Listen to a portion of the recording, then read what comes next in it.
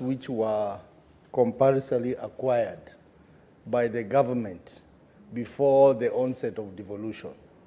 I am saying this because, Mr. Speaker, there is a sad case of an old man who died 4 years ago and is still lying in the morgue from a place called Kegoye within Vihiga municipality. What happened, Mr. Speaker, is that when Vihiga was gazetted as a district by the then President Moi, there were some people who were relocated to create space for the construction of the district headquarters. And this old man was one of them. They were relocated to a place in Lugari Forest. And when they went there, they found that the land had complication. So they returned back to their original land. They have stayed there for years. The old man died there.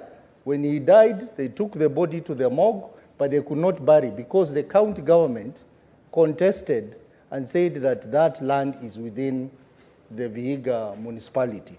Up to date, the body of the old man is still lying in the morgue. I brought this matter when I was in the National Assembly in 2021, and the then CS for Lands, Madam Karonei, made a commitment to Parliament that the matter was going to be resolved in 6 months. Mr. Speaker, it is now approaching 2.5 years. Nothing has been done.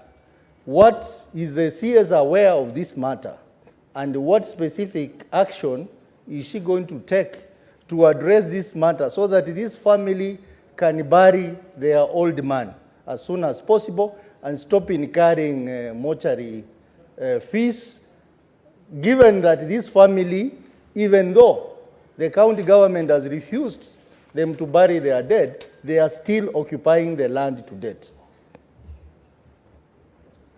Honorable CS.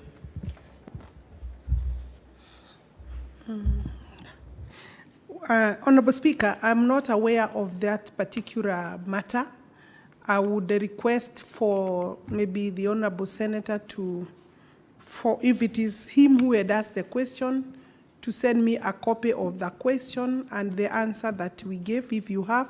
But I will also, because I have my Chief Land Registrar, Mr. Nyandoro, here with me, I will ask him to take up and check the records, and if there is something I can do, depending on the commitment that the minister made, because I believe she made on behalf of the ministry, I will action on the matter.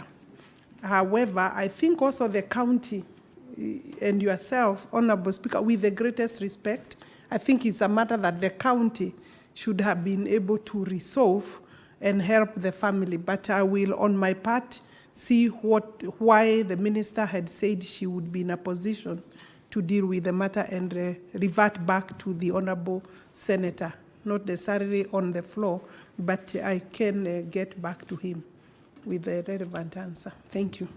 Yeah, I advise that Senator Osotsi, you can approach the ministry anytime to the CS office and see how you can be able to revive